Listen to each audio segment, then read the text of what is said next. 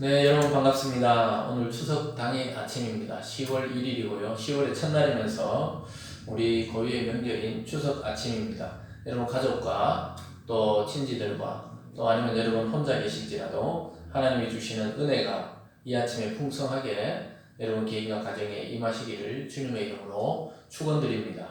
오늘 이 아침에는 고린도후서 5장을 살펴볼 건데요. 5장 1절부터 10절까지 말씀입니다. 제가 1절만 봉독해 드리겠습니다. 만일 땅에 있는 우리의 장막집이 무너지면 하나님께서 지으신 집 곧 손으로 지은 것이 아니요 하늘에 있는 영원한 집이 우리에게 있는 줄 아느니라. 아멘. 오늘 5장 1절에서 10절까지인데요. 이 전체적인 5장 본문을 통해서 그리스도인의 탄식과 확신이라는 제목으로 말씀을 잠시 나누겠습니다. 그리스도인의 탄식과 확신이라는 제목입니다. 이 그리스도인들이 이 땅에 살아가면서 왜 이렇게 탄식하게 되느냐? 그 바울이 노년이 되면서 이 자기 육체가 쇠해가는 것을 보면서 이 자기 몸을 육체를 집에 비유했던 이 장면입니다.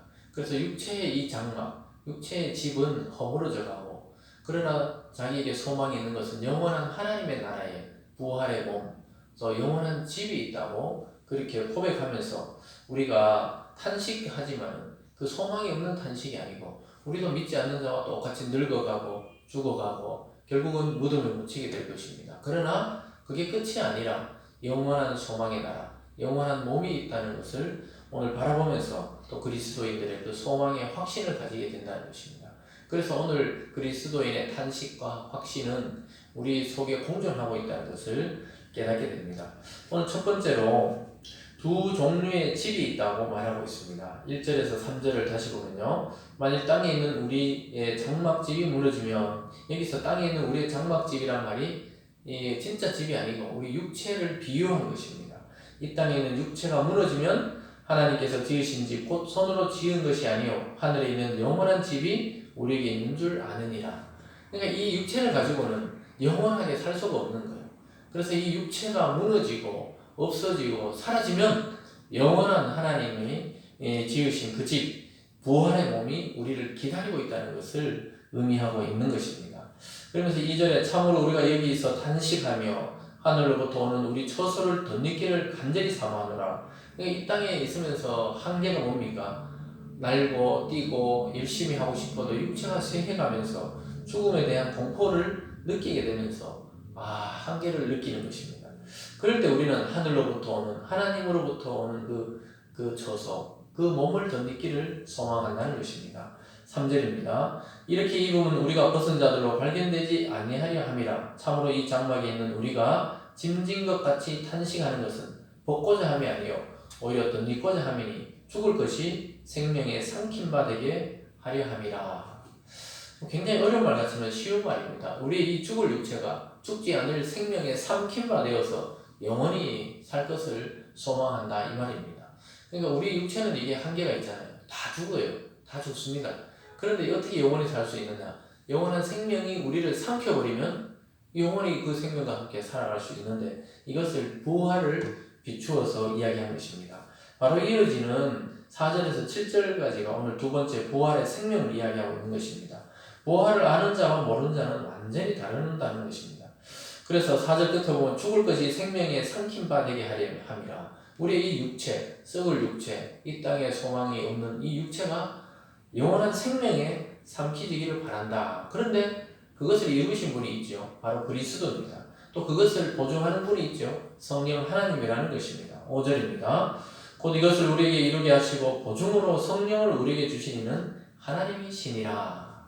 저와 여러분은 아무도 예수 믿지 않을 때 들어보지 않았던 부활, 영생, 하나님의 나라, 복음 이런 것들을 듣게 되는데 이미 그 속에 들어왔고 그 하나님의 품으로 돌아온 자들이기 때문에 그것이 우리 귀에 들려지고 이해되고 믿어지는 것입니다. 내가 만들어낸 어떤 체계를 가지고 하나님 나라를 들어가고 만들어내는 것이 아니고 이미 존재하고 있는 우리 곁에 존재하고 있는 하나님의 나라가 보이기 시작합니다. 말씀을 통해 영적 눈이 열리고 믿음의 눈이 열리면서 그것을 받아들이면서 우리는 부활의 소망을 가지고 이 육체의 한계에 대해서 탄식하지만 또한 영원한 소망을 가지게 된 것입니다. 6절입니다. 그러므로 우리가 항상 담대하여 몸으로 있을 때에는 주와 따로 있는 줄 아노니 이는 우리가 믿음으로 행하고 보는 것으로 행하지 아니함이로다.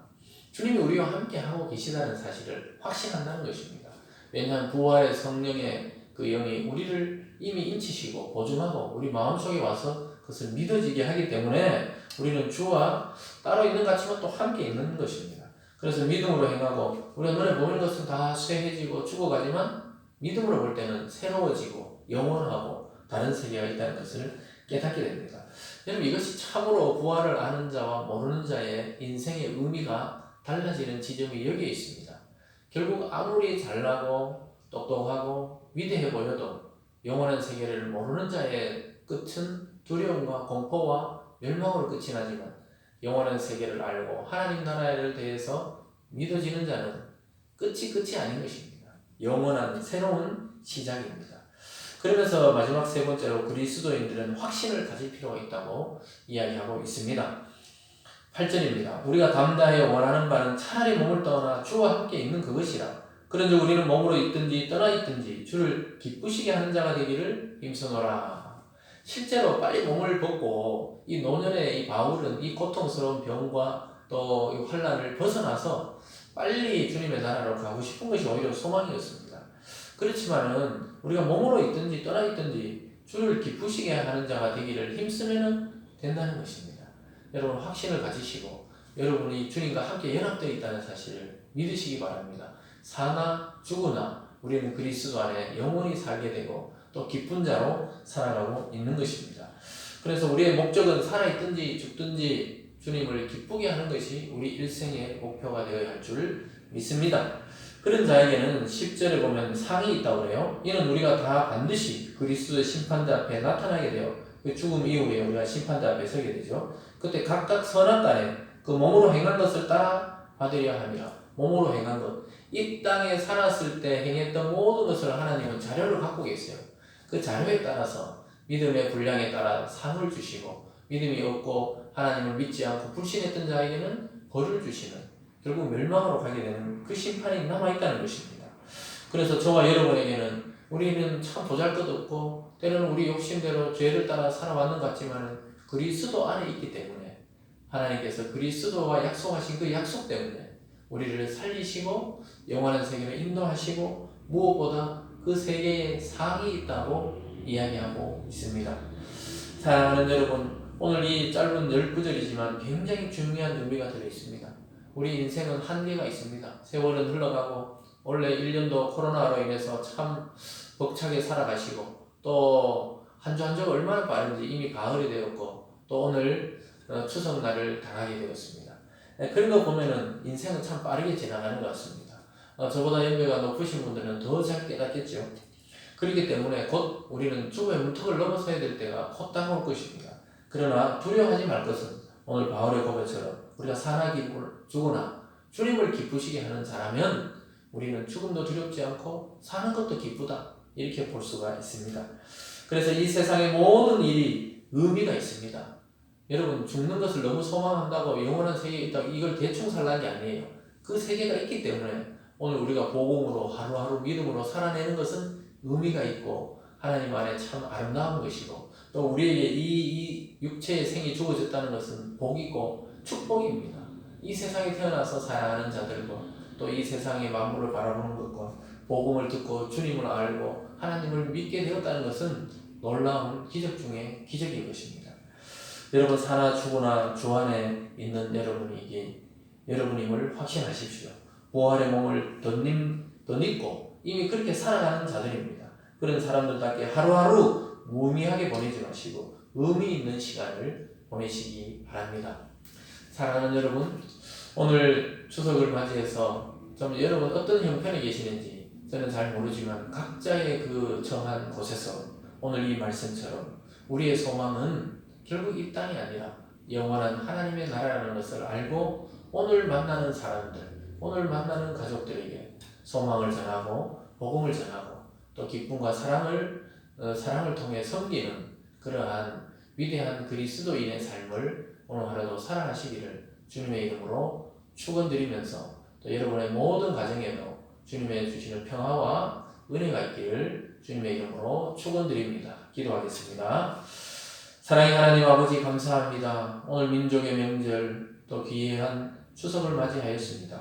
하나님 이 추석을 맞이해서 또 집으로 모이는 자들 또 모이지 못하는 자들 있을 줄 압니다.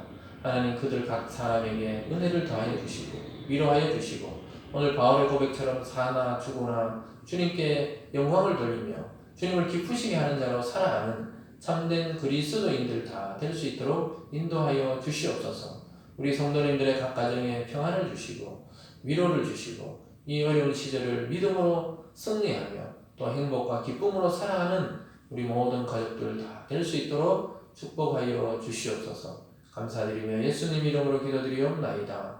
아멘.